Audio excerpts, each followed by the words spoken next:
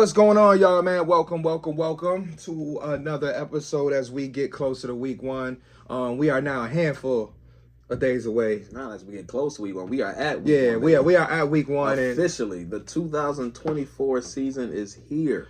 Yeah, man. And I don't know about y'all at home or in the car, but this is a beautiful time of the year. As an NFL fan, a fan of football too. I mean, I know college football has started, but this is legit one of those times of the year that, if you got a partner, they kind of got to pull you away from the TV because this is like nonstop action. I mean, this week, what we got, Z? We got Thursday, we got Friday, we got Saturday for college football fans, we got Sunday, we got Monday, and then we do it all over again until February.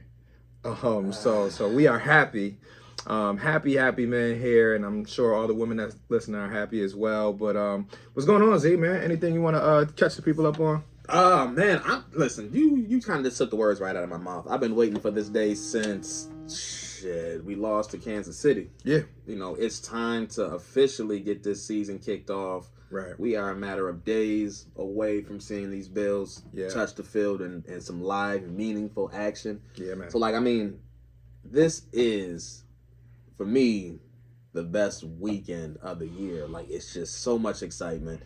Regardless of how good the team is, you still have hope. Yeah. You always think this is the one that's finally going to get it. Even when we was mid-drought, I'm like, this is the year. Yeah, we it's can sneak in the finally changed. Yeah. And now that we've been good, predominantly for a handful of years now, the feeling is different, but we still think we're going to be able to do something. Even though this team is different than the past, Way it may different. not be as much talent top to bottom as before. Right. But week one, start of the season, that hope is always as high as ever. And I'm just looking forward to Sunday, 1 o'clock in the stadium. You don't get no better. In my seat, just there for the kickoff. It's been a minute. It's been, I think, 3 years from a Sunday 1 o'clock game to start. So I'm just excited to be in the building, excited to be in the place to be. Because I was trying to think real quick while you saying Sunday 1 o'clock. Last year for our home opener, what was it? Was it an 8 p.m. game? I was trying to think about it, then I randomly lost track. But who the fuck did we play last year? I remember the Raiders was early, but was it the Raiders game that was the home opener, or was it? I just couldn't remember. I know our regular season opener was against the Jets on Monday Night Football, but that week too just kept escaping me. I'm like, I know we played Washington early, and we'll figure it out. Washington? I gotta go check. Now we played Washington in Washington because we actually went to that game, so you might have to go to look up Bills 2023 schedule, but. Either way, man, kind of like you said, man, you go to that stadium for the home opener, man, and you walking down that aisle, and you greeting all your fellow fans from the year before, from the years prior. It's a great feeling. It's like going back to school on the first day of school and you see your buddies again after a long summer. I know that's what it feel like for me. So when I see the crew, what do we got? It was the Raiders. It was? Yeah, so last year it was 1 p.m., but it was week 2, so it didn't feel the same. But that week 1 is what I'm talking about. That week 1 home. Week 1 p.m. at home. Since we lost to Pittsburgh. Yeah, the game was trash. Yeah, but anyways though, we are glad to join y'all. I know I was talking to you before we started recording though, but want to say shout out to the parents out there who are bringing their kids to school, getting their kids ready for another school year. I know you said your boy getting ready for pre-K, has already started pre-K this year, so shout out to Baby Z. Yeah, man, not so Baby Z no more. It's officially a pre-K-er, so y'all pray for me. I held it down though. I ain't crying no nothing. I thought I was gonna lose it, but I was good. Yeah, I held it in. There's only a couple ways to take it. I mean, I remember those days back when my son was that young, and it's like you are officially like letting your kid get that little bit of freedom. That's that first part. We know they got to go through middle school, high school, college I think college is the big one. I think college is like, if your kid go to college, it's like, damn, I'm really driving you out to a dorm. Like, this is crazy. Right.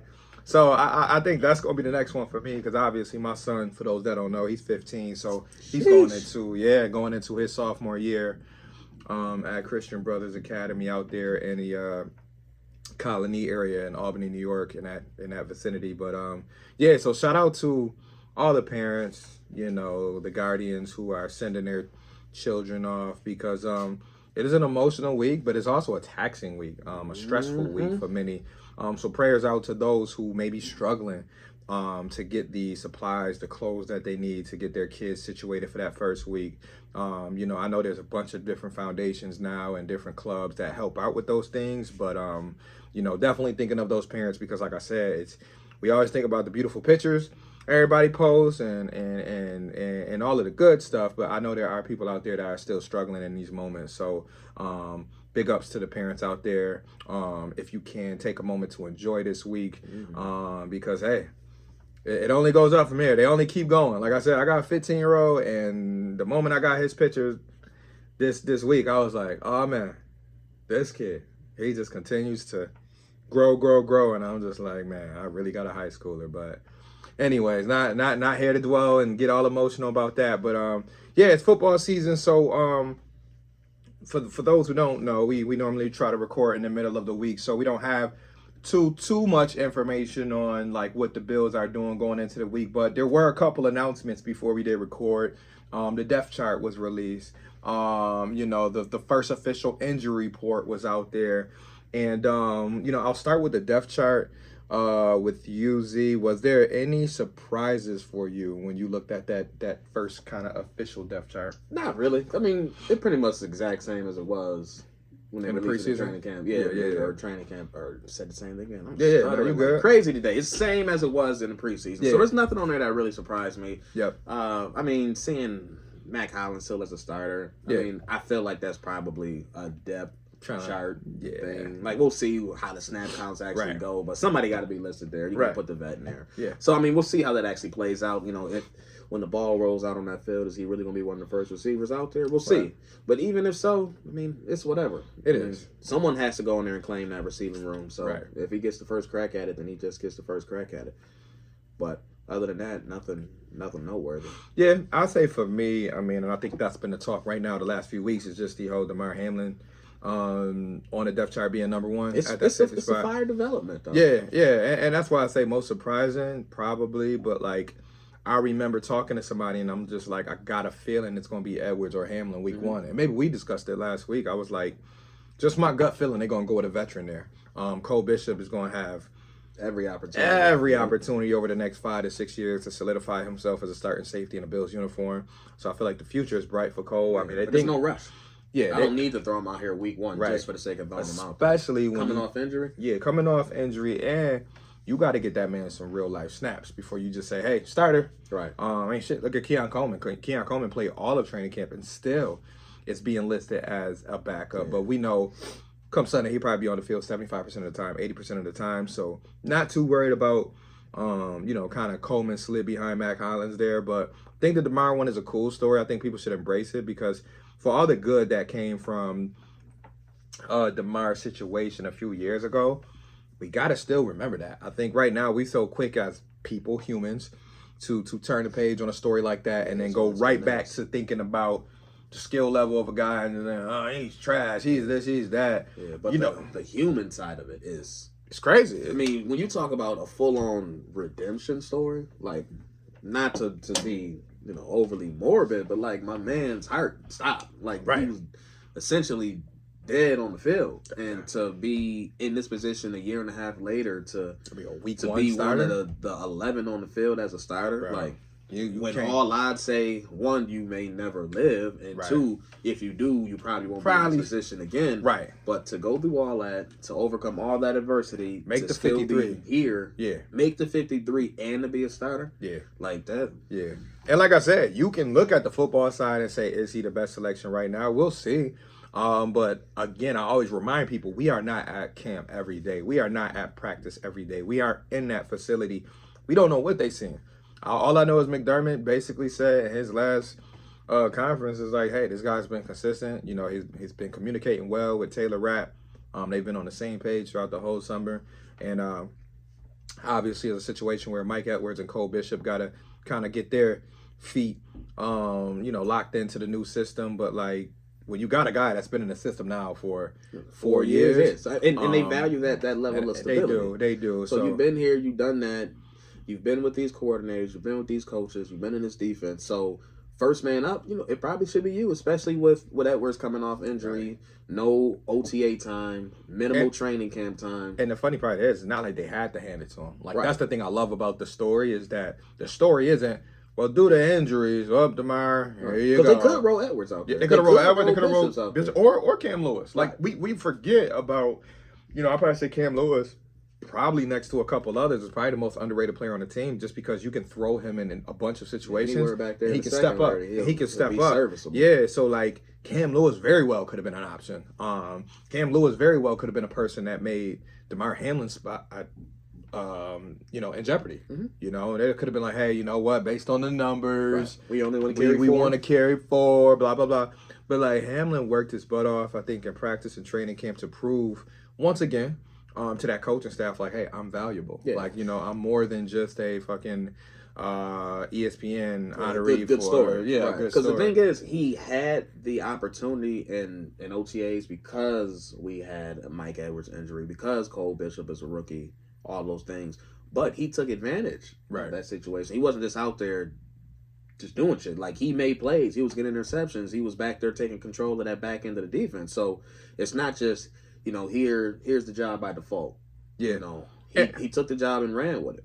And like I said, you got to go back to what was the story, and a guy to come back from that, it should be applauded. Like I said, week Absolutely. 1, hey, we can make our observations after week 1 and say, let's get Bishop in Get there. off the field. Yeah, let's get Edwards in there. But for right now, I think most fans, and like I said, I can't speak for the fans outside of Buffalo, but for the fans here, I think we should just focus on that and just say, hey, they know more than us, and let's trust and let's hope that he goes out there and balls out. Because like I said, what's the worst that comes from him balling out on Sunday? You got 4 good safeties. You got a good rotation. And you the got a thing good was, group. when he played a couple of years ago It wasn't that bad. in a good amount They were of still run, number he 2 was- defense. He was still fine. They were able to get by with him. He had a couple blunders here or there, a couple bad angles here or there, but as a whole, he was a serviceable And that's just safety in the league that season. and that's just playing safety in the NFL. Like, Right. I don't know not And one. that was a rookie year. Yeah, I think it was second year, but still, it was like, I don't know not one NFL safety that can ever say like, hey, I ain't never been beat. It's You know never what I gonna mean? The happen. best safeties in the league, especially early in their career, you go through that. Like, we are playing in an era right now. As good as these receivers are, these tight ends and these running backs, like, legit, everybody on that field on offense can make you look bad. Even the quarterback can make you look bad. Shout out to Josh Allen, Lamar Jackson, those guys. They can make you look bad. So, great story there. I think that's my only comment on the depth chart. As far as the injury report, glad to say that Mitchell Robinson. he definitely not playing. Shout out to the Knicks. No, Mitchell Trubisky seems to be the only one that's on the injury report. That's worth noting. The other guys are full participants this week. Curtis Samuel, Cole Bishop. I think Quentin Morris was on there. Javon Solomon also popped up on the list for an oblique. They say he won't be participating, which I actually got a chance to meet this a few days ago. He was at my store. Javon Solomon, and then the other rookie linebacker, 5th or 6th round. So good to see the young guys. Solomon looks the part. I will say that in person. I mean, the calves and the physique. I'm like, oh, yeah, Must be nice. yeah. You look like an edge rusher, buddy. So hoping that he gets healthy. I really don't know when his injury occurred. It could have been maybe the last preseason game. It could have been in practice. Who knows? Yeah, 'cause I know he did get dinged up in the last game. I think game? it was a Okay. foot or something. So I think Okay. the oblique is a little something different. Yeah. So Might be something new. I mean, He would have been fighting for a jersey that day anyway, so Right. it wouldn't be surprising if he's down and Casey Two Hill's up. I was about to say, yeah, it'd be a great opportunity for that 4th defensive end spot, like you said, Casey Two-Hill, or shit, they can even call up Kingsley Jonathan if they want to, and they may say, hey, Casey, hey, you wait one more week. I don't know if they need to because they got 5 active defensive ends. Who they 5th? If Solomon is out, who's 5? Two Hill. Right. But I'm saying, I get what you're saying. Like, they don't have to. Yeah, because they got their top 4. They got the two. They got Epinesa and Russo, Yep. Miller and Smoot, and then you got. Oh Two yeah, Hill. I'm not even thinking about Smooth. Yeah, Yep, we Two right, Hill we good. and- So one of them would have been down either way. Yeah. So this might just be Solomon. It might be easy down. one. And Yep. Two Hill to do his little special team things and get his 6 snaps. Yeah. So I'm looking forward to that. But let's get right to the Cardinals game because we don't have to play around. We'll jump around the league afterwards if we need to. Because obviously Baltimore and KC got a game to be played Yeah, this we playing week in first. Brazil this week too, but we'll get to that in a little bit. Yeah, later. Philadelphia and Green Bay. Green Bay, yeah. But yeah, let's start with the Cardinals, man. What are your 2 keys to let's say, victory. But I think even before we get the two keys of victory in that game, what's your favorite matchup of that whole game? I mean, we get a chance to see the top receiver. First game, like Marvin Harrison Jr. I mean, I would love to see if he's as good as advertised, which he probably will be. I hope he's not doing nothing crazy this week. But the skill set that he's bringing to the league and the level of polish that he's already bringing is not normal. Like, you normally don't see a receiver with this. I mean, you see receivers in college with the tools, with the tools, with the skills to do something in the league, but we don't always see them ready to roll, week one, day one. So I'm just excited to see how Marvin Harrison looks on the field. Last year we only got 8 games, I believe, of Kyler Murray. So seeing him, another offseason to get his body healthy. So I'm going to see how he recovers and what this offense looks like with Murray at the helm, and now that you have Marvin Harrison Jr. into the fray. Last year also, Trey McBride came on as a tight end. So now you have a bona fide future star in Marvin Harrison Jr. You got Trey McBride, who I think is a rising star at the tight end position. Yep. You got Greg Dortch, who I think is a pretty serviceable receiver. Yep. Wilson in there too. So I'm like, you have some talent. James Conner, he's not a explosive back from a speed standpoint. He's not going to break one for 70. However, he's a good between the tackles runner who's shown in this league that he can do some damage.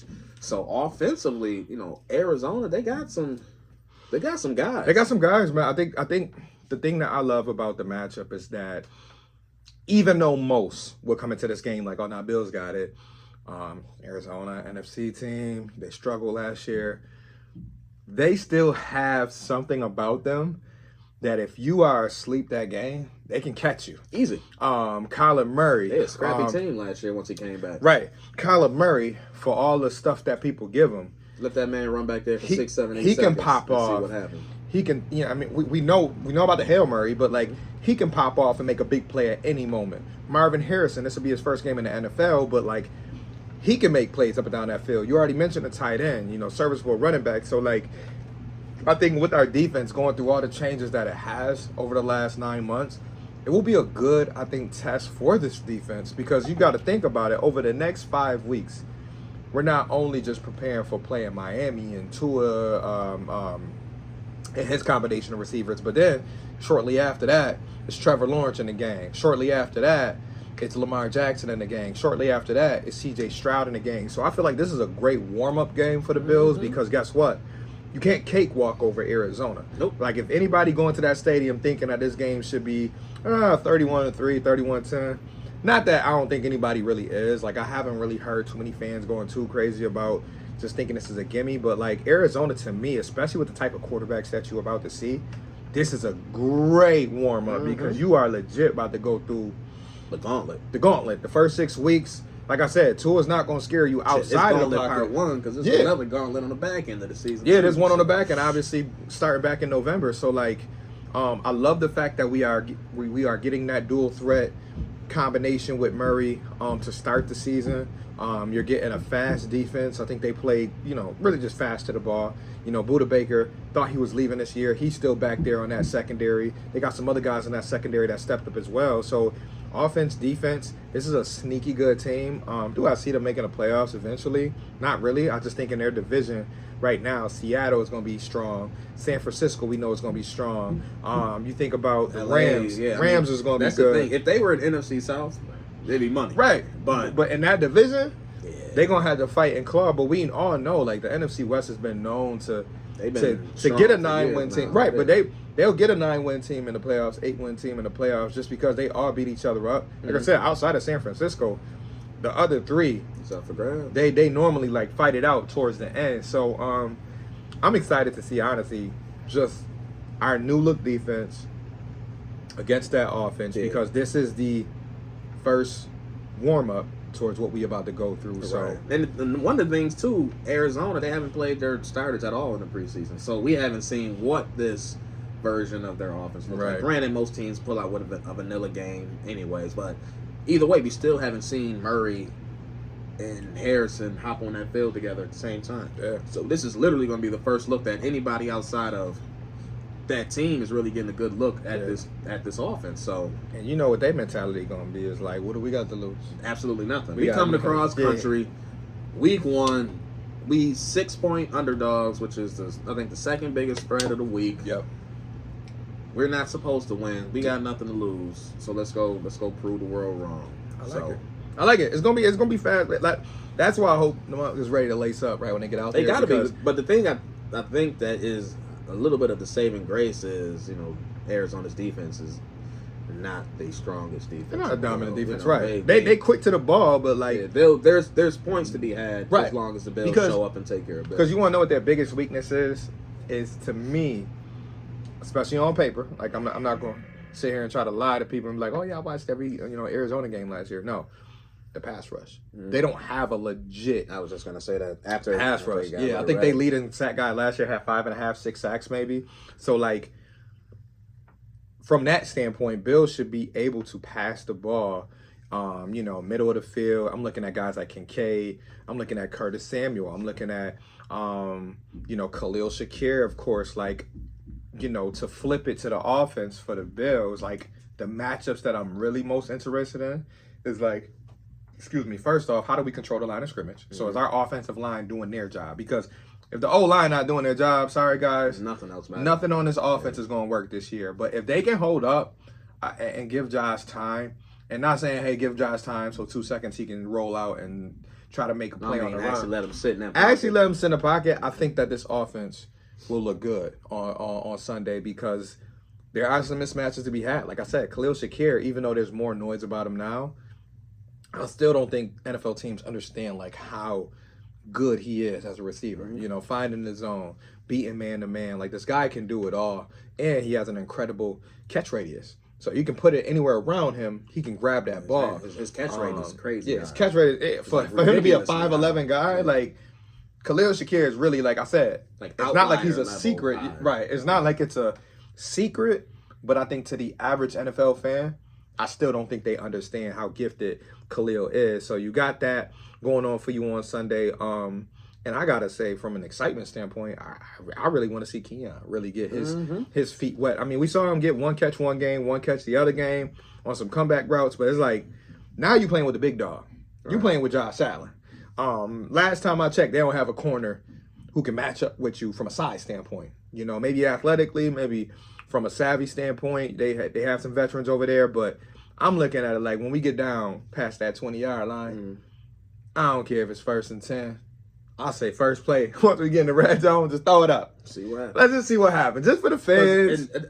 About that, like, I'm so ready to see how the Bills actually plan on using him. Yeah, because for he's sure. such a unique skill set. He has all the physical tools from the size to the quickness. He doesn't have the straight line speed that some of the other receivers do, but he has the big catch radius. He has the high jumping ability.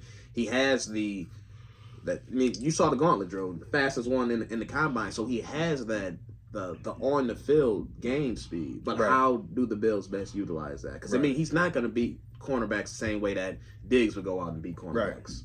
That's not going to be his game. Or Justin Jefferson. But or how Devontae are the Adams, Bills going to best utilize his skill set and what he does best? And that's kind of what I'm looking forward to the most. It's like, all right, cool. We have this guy who they say cannot separate in college. He wasn't able to do that. Yet we got this skill set that could be utilized. How are we going to use it? Yeah. And I think, to me, the best aspect that I want to see them utilize too is like his run after the catch ability too. Like we talk about the jump ball because that's an easy one to talk about, but like I'm thinking like whether it's a quick slant, whether it's a quick pass, just get the ball in his hand and let him beat his corner just to get the first down, or get 20 yards, get 30 yards. Like he has that game speed. It's almost like when you watch NBA players who seem like they're moving in slow motion, but they somehow get to the bucket. I look at guys, and I hate comparing them to him, but like Anthony Edwards came into the league as just a naturally gifted guy. It wasn't like you looked at him and was like, oh, this guy is the fastest guy with the ball in his hand. But somehow he would create separation on his jump shot. Somehow, as soon as he jumped off one leg, he's gone. He became fucking Michael Jordan in the air. You like, God damn, I didn't know he had Dominique in him. So there are certain players that once they get that ball in their hands, there is like another level that comes out of them. And we saw that in years past with the Brandon Marshalls of the world and Quan Boldens of the world. Like there were guys with his stature who just the moment they got the ball in their hands, it was like, God damn.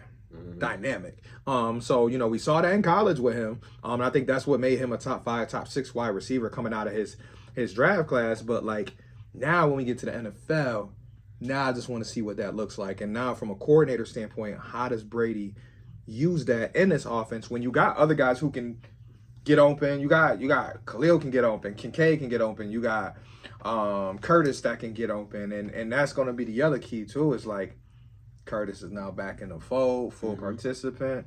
What does that look like? Right. Because that's another thing I'm looking forward to is who is Josh going to trust? Yep. Because for the last 4 years, Diggs 140, 150, 160 targets. Right. You know that's his guy. Right. The trust is there. He's going to get a whole bunch of targets. But now with a whole new receiving crop in there, Dalton Kincaid in his second year. Yeah. What is this distribution going to look like? Where is Josh Allen's trust? It's 3rd and 6.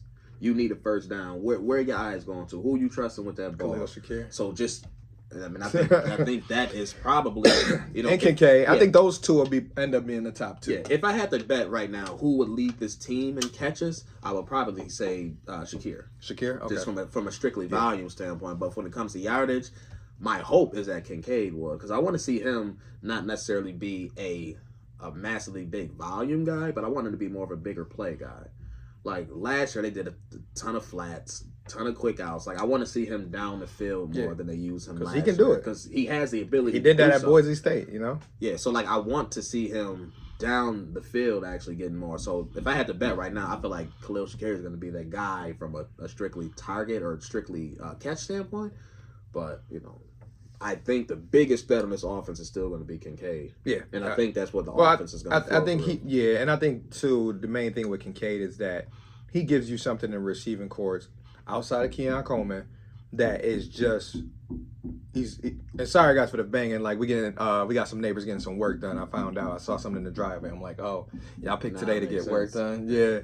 But so if you hear banging noise in the background, I promise I'm not doing this on purpose to hurt you guys' ears. But I think outside of Coleman, Kincaid is like the only walking target that the moment he's on the field, it's a mismatch. And with Kincaid, I think just his fluid route running is what kind of separates him from the rest of his other tight ends, because off the top of my head, there's only about 3, 4, 5, maybe at the most, tight ends who can run his routes with his hands too, because it's one thing to run a route, can you catch the ball? Right. You know what I mean? So you got to be able to do that and prove yourself to be a reliable target to your QB. So definitely looking forward to that. But the last thing I wanted to get into before we'll try to do like our normal bowl prediction / score prediction for this game is what do you think is the major, or what would you list as your top must for the Bills to come away with a victory on Sunday? I would say they must bottle up the run game. Okay. Because,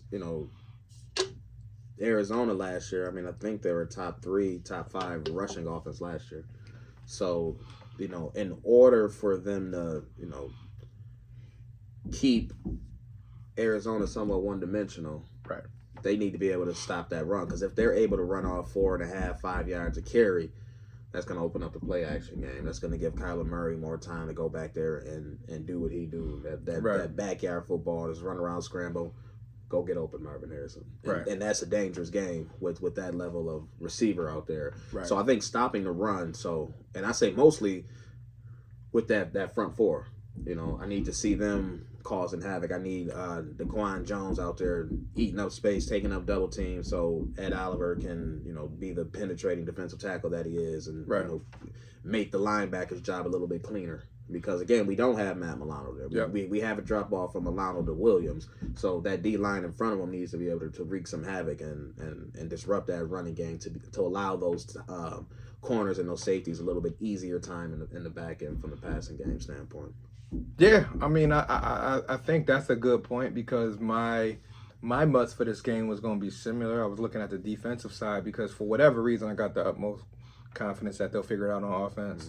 You know, I think it's just I think it has trust the quarterback. I was about to say, when you trust the quarterback, you think they'll figure it out. Right. But I'm gonna go defense too, and I'm gonna really just say tackling overall. Okay. I think that this is a game where you have to wrap up. Like we've watched them lose games, sometimes close games, when they just where they just weren't fundamentally sound. So I'm mainly looking at the middle. So I'm looking at linebacker and safety. Okay. They just have to be on point. Yeah. And I think a lot of that is because guess what? No Matt Milano.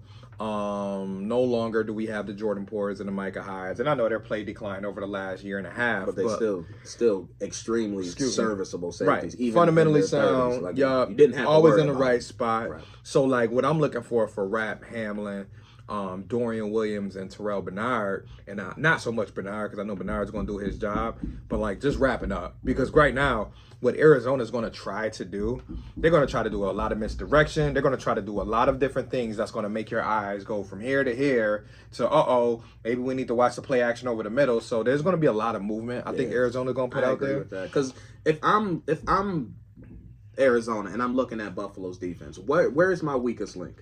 Right now, it's like you said, right up the middle. It's with Dorian Williams and it's the safeties on the back end. So what can I do to put those players in conflict? Yep.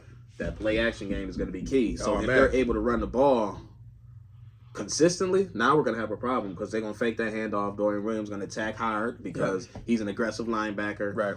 And then Trey McBride's going to slip right behind him. Yep. And now we got a wide open tight end across the middle of the field for easy 15 yards. Yep. And I got to add to that too and say win first down. Like on both sides of the ball, really. It's like that's key. First down and 10 got to be a down where we either stop them for no gain or it's a short game. Yeah. The moment we start giving up 7 yards here, 8 yards here, or just giving them first downs, that's a game that you don't want to play with Arizona because the more confidence you give them on first down, the more confidence you give this team in the first half, like I will be not nervous, but I'll be a little upset if we get to halftime and the score is, let's say, 10-10. 9-7 or something. Because the longer they stay in the game, the more confidence. Exactly, because then they just like, I got a chance. Because they like one or two big plays, we can really make it shake. So I'm really going to be focused on what they do on first down, on defense, and on offense. But like again, my thing is tackling in the open field. Like you have to wrap up these guys, Kyler Murray especially, because I'm the type of person that really do believe if you hit my Kyler Murray in the chest a few times, you're going to get him to kind of relax and kind of dump that ball off a little quicker. Because we all know this, and he may not admit to it, but being 5'10" and 180 or whatever he is, I know they might list him at 200 plus, but being 5'10" and as small as he is, let Greg Rousseau land on him a few times. Right. Let Ed Oliver come up that middle and hit him a few times. Oh yeah, he gonna think twice about holding on to that ball a little longer and trying to Houdini. So I think what we do on first down and what we really do from a momentum standpoint in that first half is really going to go a long way. So I'll say tackling, but like you said, stopping the run, it all goes hand in hand. They just got to be physical. They got to make sure they wrapping up. And like I said, fundamentally, they just got to be very solid because the tricks is coming. The misdirection's coming. They're going to do stuff. And I think that kind of goes with the offense too, because defense, the discipline is going to matter. Yep. Because again, it's going to be the eye discipline. It's going to be, trusting what you're seeing and flowing to it. So like that, but also I still feel like that same thing goes offensively. Because, the way that we've been seeing defenses play the Bills for a long time now is you're not going to beat us deep. You're going to have to take this 5 yard. You're going to take this 4 yard. You're going to have to take this check down and drive all the way down the field in order to score. So are the Bills and Josh Allen specifically, are they going to be able to be patient long enough to do that drive in and drive out? I'm not saying they're not going to be able to take shots because they will, but, with the brand new offensive coordinator in there, with the new receiving core, how are they going to be attacked now?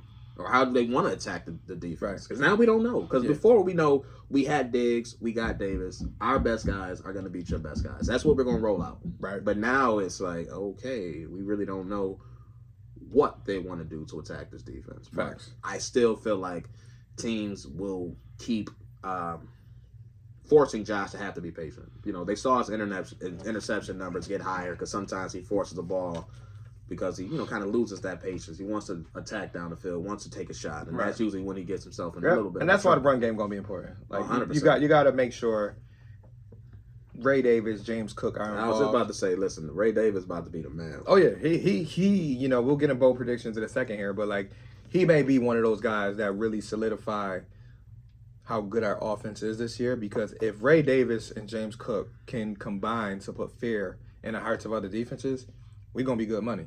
Because all we really need this year is for people to respect the run enough to pay attention to where James Cook is at. Okay, Ray Davis is in the lineup.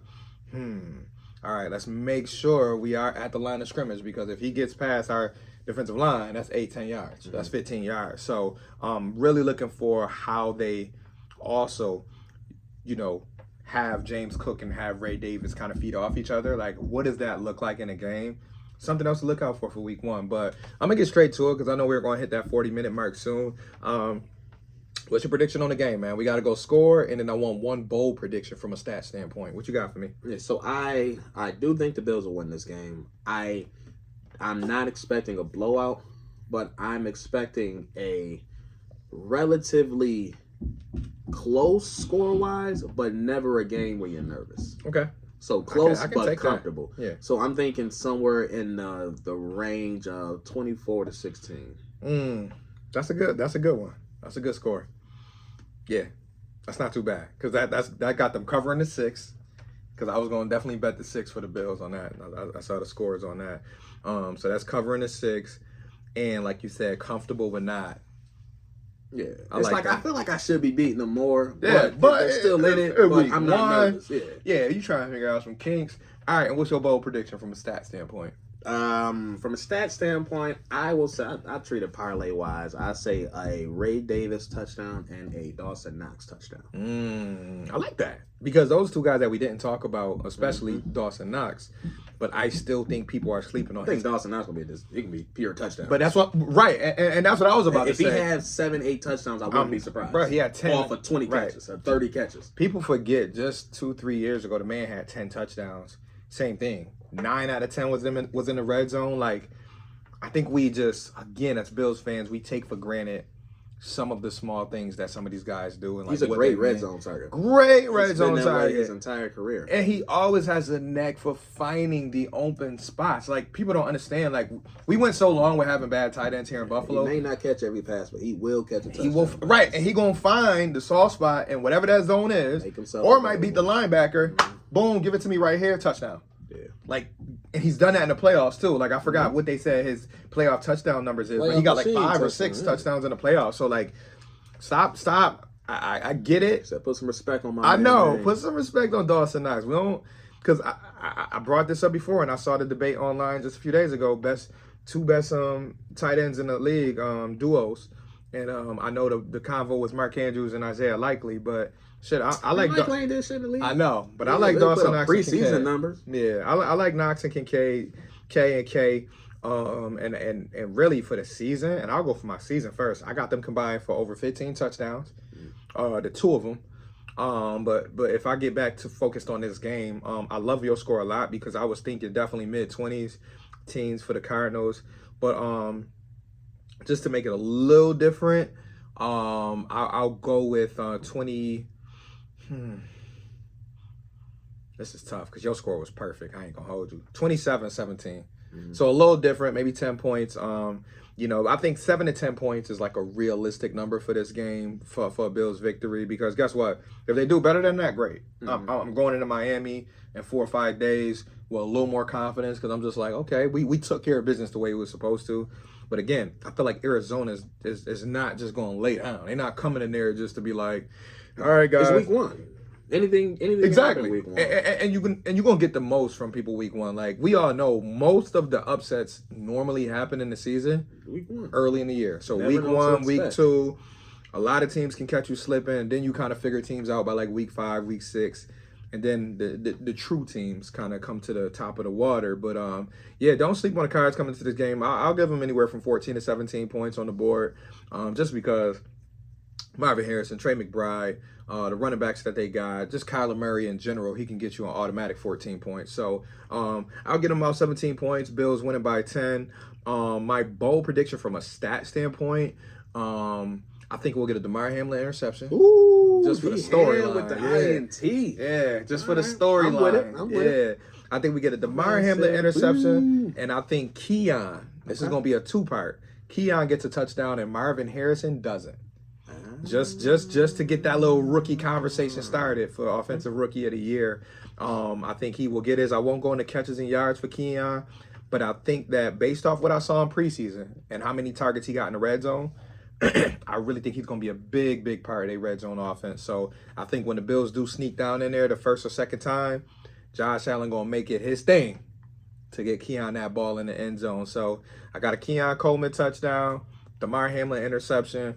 I think both will be great storylines if that does happen. And, of course, a Bills victory. So, yeah. Well, so excited for just to get to Sunday. I'll be waking up in the RV. Are y'all going out Saturday? Yeah, man, that's the goal. They gonna get there before I get there. Out of work? I'm gonna try to get home first. I ain't gonna hold you because I need to like get my stuff together and then boom do it. Get out of work mode. Yeah, gotta get out of work, mom. Hey, quick shower or whatever, and then head out there. The drive is way shorter from work. It definitely is. It's right there. But I'm just like, man, listen, I gotta be able to like. All right, man. I think I'm ready now. But we'll see. Things change, man. I'm a chameleon. As most know, I adapt.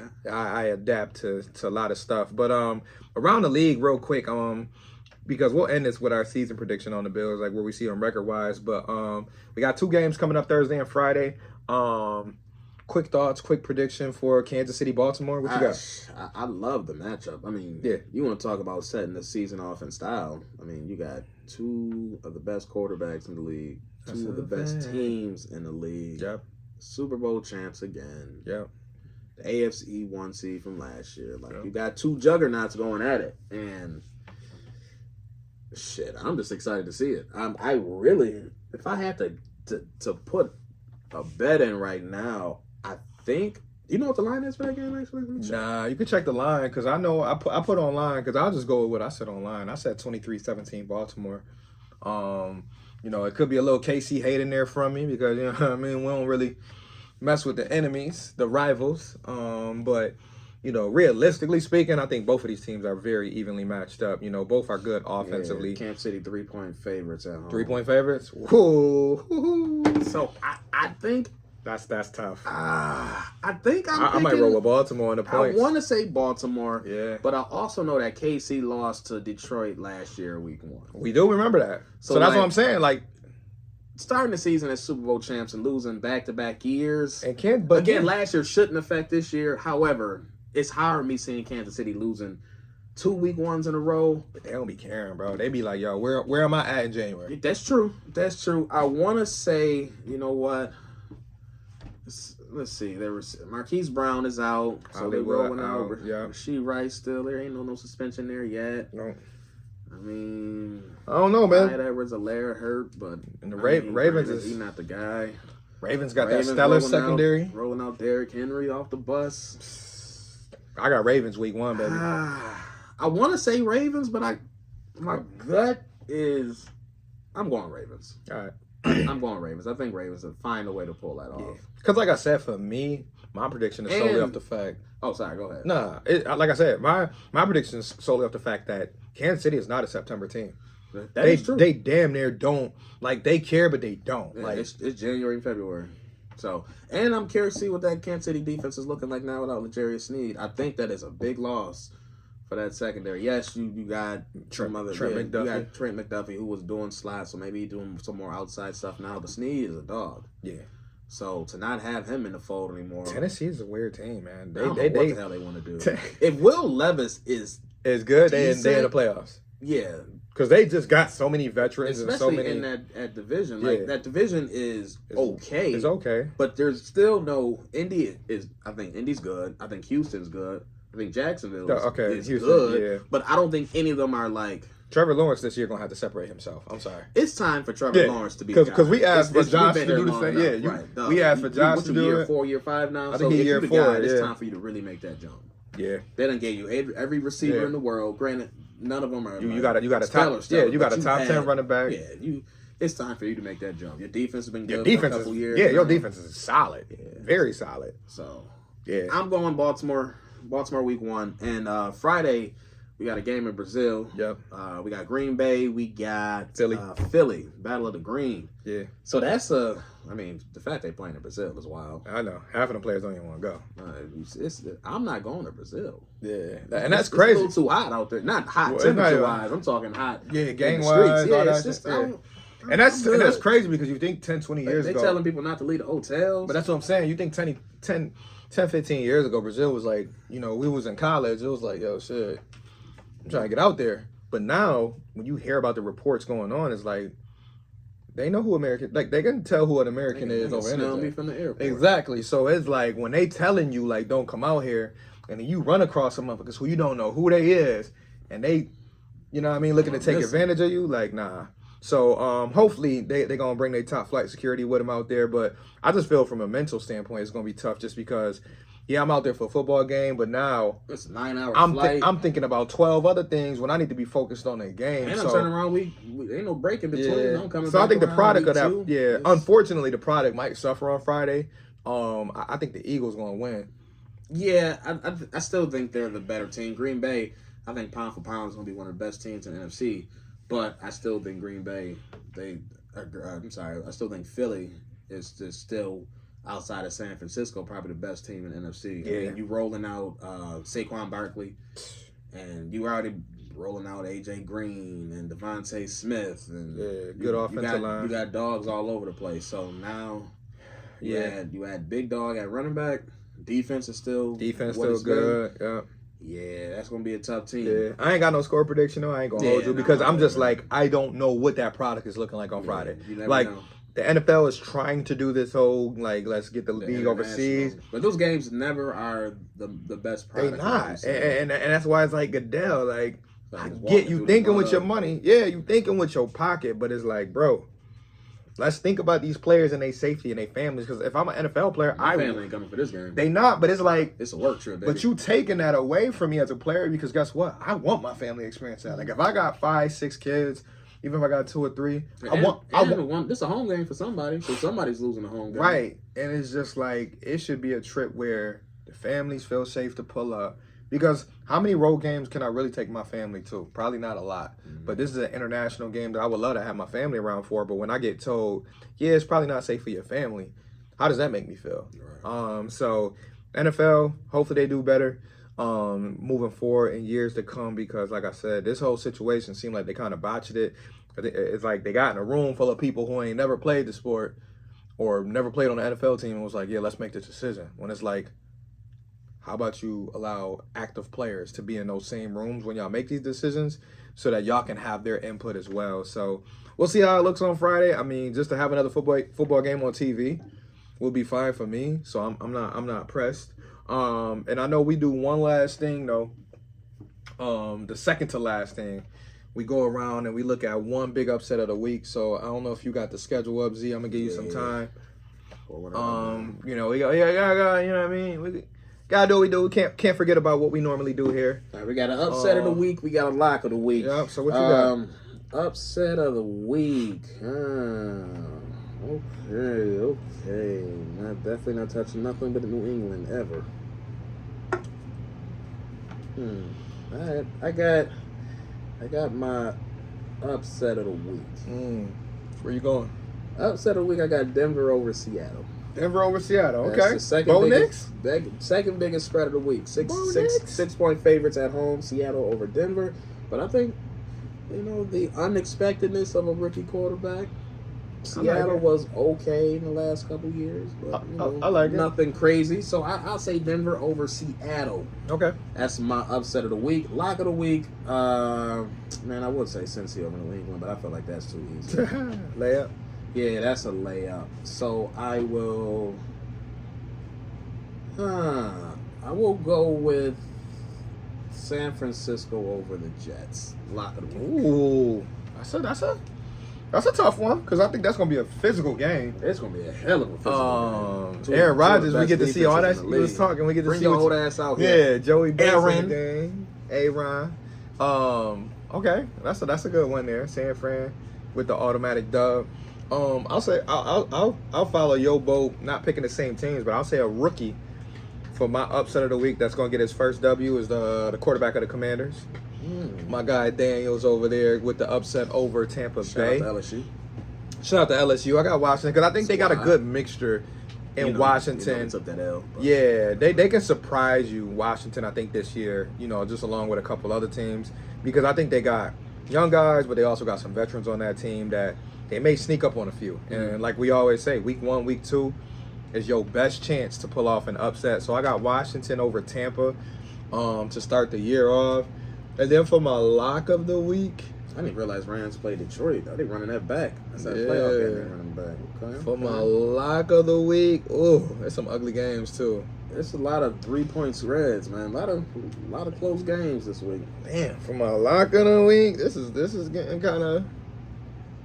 I think my lock of the week is going to be Pittsburgh over ATL. Oh, you going for the upset? It's low key an upset, but I got a feeling that. Oh, you trusting Russell Wilson? My man said, "Let's ride." Let's ride. Nah, I'm not trusting nothing with Russell Wilson. So we got Kirk Cousins over there versus Russell Wilson. So both guys from both veteran quarterbacks, but I trust, and this is a defensive answer for me. I trust Pittsburgh defense over Atlanta's defense. Now Atlanta's defense might not have to do much because we know that the offense for Pittsburgh. It's pretty much all but extremely limited. I mean, you have George Pickens. You do. But and you got Najee Harris and whatever. I mean, you got Fryer move. Yeah. I mean, he's cool. So I mean, and when I talk about lock of the week, I'm more so seeing this game being like a 16-13 game. But I trust Tomlin going out there with TJ Watt in the game and just pulling off one. Like I said, I know it says an upset based off the numbers, but Pittsburgh is a team I never count out, no matter who's at quarterback, just because if they playing with Tomlin's vibe, attitude, and if that defense is traveling the way that they normally travel, I'm still going to pick them in a toss-up because, to me, Atlanta still got a lot to prove for me because even though they've made some good adjustments with some players that they've added to that team, Kirk Cousins is now the quarterback. I don't know if I'm still sold on what they're trying to do. Nah, I don't know. I am close to all in on Atlanta. Okay. Arthur Smith is gone. He stifled that offense to the highest degree, in my opinion. So now you can actually unleash your studs on offense. I mean, your receiving room is stacked. Your tight end room is stacked. Your running backs are good. Kirk Cousins has proved he can put up yardage and stats for the last decade now. So now you have an actual serviceable quarterback. You're not rolling Desmond Ridder out there. Woo. Or whoever other quarterback you want to throw out there. So if they can actually utilize Kirk Cousins and keep him upright and healthy, that's going to be the key. I think they're going to blow the brakes off of Pittsburgh. You think so? All right. I mean, it's a 3-point spread, but I can easily see this being a double-digit win. I don't trust Russell Wilson in the slightest right now. Yeah, this offense, whatever. No. Russ ain't got it. Russ ain't that dude. Listen, this is more of a TJ Watt answer for me. You might as well roll Future at quarterback. It don't matter. I'll eat my words if Pittsburgh can. Like I said, I mean, maybe I should have picked that as my upset, but I don't see in that matchup. I don't see it being that crazy. I will be surprised if Pittsburgh wins 5 games this season. I don't know. I'm almost all in on Atlanta. I am completely all out on Pittsburgh. I don't think they'll be a good team. I got Pittsburgh winning, if I had to guess, 7-8. Bro, let me read the schedule out to you. I know they're in the AFC North, so they got it tough regardless. Let me read this. Tell me where you find your wins. All right. So we got Atlanta, at Denver. I got that. At Chargers. I got that. Correction, home Chargers. At Colts. Toss up. Home Cowboys. Loss. At Raiders. Win. Home Jets. Loss. Home Giants. Win. At Commanders. Toss up. Home Ravens. Loss. At Browns. Toss up. That's not a toss up. Listen, they play each other 6-9. That game is going to overtime for field goal. Shit. Russell Wilson going to get destroyed. So at Browns, at Bengals, home Browns, at Eagles, at Ravens, home Chiefs, home Bengals. They not getting 5 wins. It's going to be the first 8 games for them. If they don't roll out 3-1 or 4-1, they got to go 4-2 in that first 6 games. It's a wrap. Listen, you hit that bye week, Yeah, after good that, luck nah. finding 2 wins. Yeah, but like I said, I mean, this league is so funky that I've seen I've seen stranger Seen things. Pittsburgh But start 11-0 and be a terrible team at the same oh no, time. that's a fact. So, I'm just saying that's more of an answer for me for Tomlin and T.J. Watt. Like I don't trust anything that they're doing really offensively, but I do trust Tomlin and T.J. Watt to win them at least. I think 7 after hearing that schedule is probably a lot, but I would say 6 would be my over. T.J. Watt to get 30 sacks this year. That's what I mean, listen, he the second best defensive player in the league. I mean, maybe third best, but either way, yeah. Whatever order you want to put it in, he top 3 Yeah, pound for pound. I don't care what order you put it in. Right, yeah. He's He one right of in the that best discussion with defensive Myles players. Garrett and Parsons. Yeah. That whole group. But moving on from Pittsburgh, because this is not a Pittsburgh podcast. Sure. For the Bills, season prediction, overall prediction, what do you got for their record this year? I keep going back and forth between 10-7 and 11 and no, said it backwards.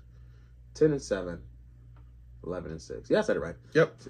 This extra game keeps Yep, going you on got right it. now. You got it. So I keep going back and forth between 10 wins and 11 wins. I think that is the area that they'll end up falling in because I still don't think this is the strongest team that we've rolled out over the last few years. Definitely not. And as of today, this is a difficult schedule. Obviously, it's a week-to-week league. Teams that we think are great can turn out to be terrible. Right. Like, all that can always change. Right. But looking at it, week 1, I think this schedule is pretty tough. So I keep going between 11 wins and 10 wins. If I had to bet right now, I would probably say 11. Okay. So 11-6 is where I would fall. Yeah, and it's unfortunate that we got to be on the same page, but my prediction was 11 as well. I think the last few years I've went with 13, 12. Mainly 13 was my lucky number the last couple of years, and I think we hit on that once. But, yeah, I think this is 11 year. 10 is definitely right there within reach. I think if it's 10, most likely it's a wild card spot. I think 11 can get us to win a division just because I think Miami. Yeah, I don't think anybody's going to run away. Miami, Buffalo, and the Jets, we all going to beat up on each other. Yeah. This is definitely not the year that we sweep the division. I think our record ends up being either 4-2 or 3-3 in the division, but obviously we'll sweep New England. Yes, I'm that cocky that we will sweep New England, but yeah, I could see us finishing 4-2 in the division or 3-3. But really, what it's going to come down to is honestly those last 4 games of the year. Mm-hmm. If we can roll in there, because like I said, we know the first 6 weeks is crazy. We know that November to December San Francisco KC little whatever, that's crazy as well.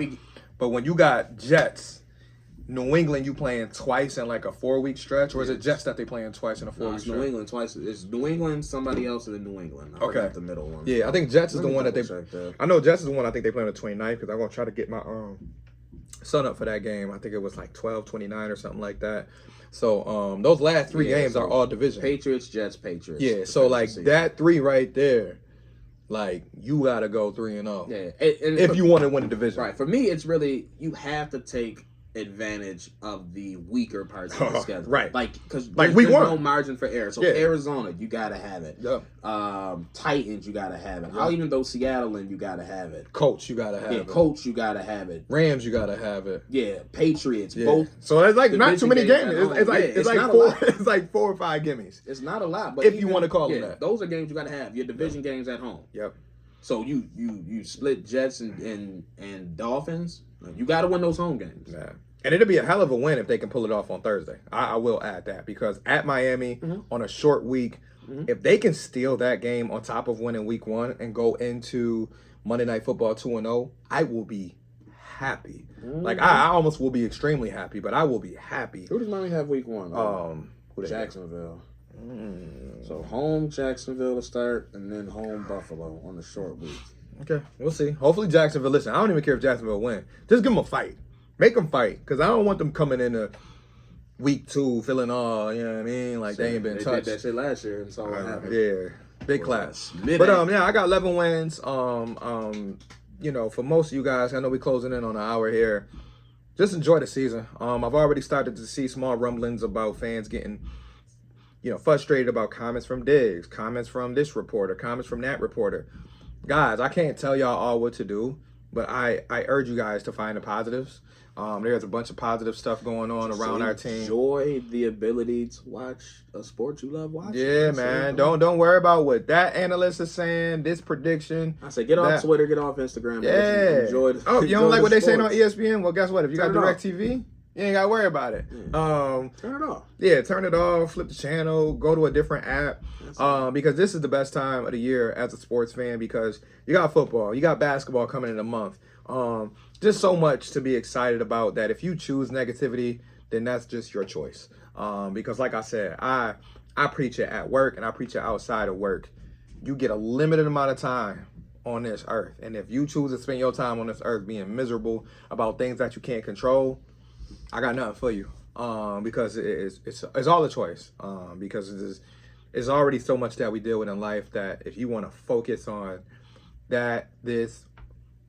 you can't do it. Focus on what you can control, and that's your own mood, that's your own vibe. So have fun this weekend. Have a safe weekend, guys. If you see one of us at the stadium, show love. You already know what time it is. If you out there, be loud, have fun. It's week 1. Let's not do all that drinking and driving. Let's be safe out there. Get an Uber. Safe. Let's carpool. Let's not do nothing crazy. Don't nobody go and jump into that stadium. Ain't no pit no more. Yeah. But we got open scaffolding and steel all over the place. Don't get yourself arrested and or hurt. So don't do nothing. Like I said, have fun, but be safe. Yeah, I think that's the goal. Like, I know Bills Mafia is taking on a whole thing of its own, but like, the main goal is to enjoy the football team. Don't jump through no tables head first to feet first. Yeah, man. Get going with the elbow or the side. Yeah. Let's not break any ankles or break any necks. Yeah. Like, come on, man. Play the odds, y'all. Have fun. Let's go have a good time. And before we go, shout out to my parents. I forgot. 42-year anniversary today. Woo! So shout out 42. to the mom and pops. Congratulations for man. still being here. Big ups. Do better and worse. Yeah. Big ups to that, man. It's always, big to celebrate the anniversaries and all of the fun stuff because, like I said, we get so we consume ourselves with so many of the negative things that we got to celebrate the good, the positive. So shout out to those celebrating anniversaries, back to school for the kids, any birthdays out there. It's just big Virgo season. Yeah, I heard it's Virgo season. I know my mother-in-law just had her birthday last week, so shout out to her as well. But yeah, to anybody else that we missed a shout out for, shout out to you for being alive. Still want to give love to the E family.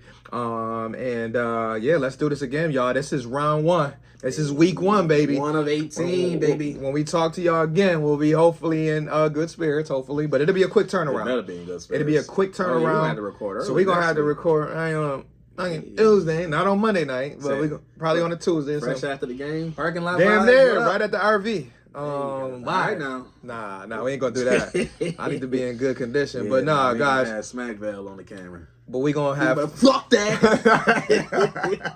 But listen, y'all, we gonna have fun this weekend, man. Like I said, enjoy. Whether you watch it from home, whether you at the stadium, whether you at work. Unfortunately, sorry for some of y'all who got work.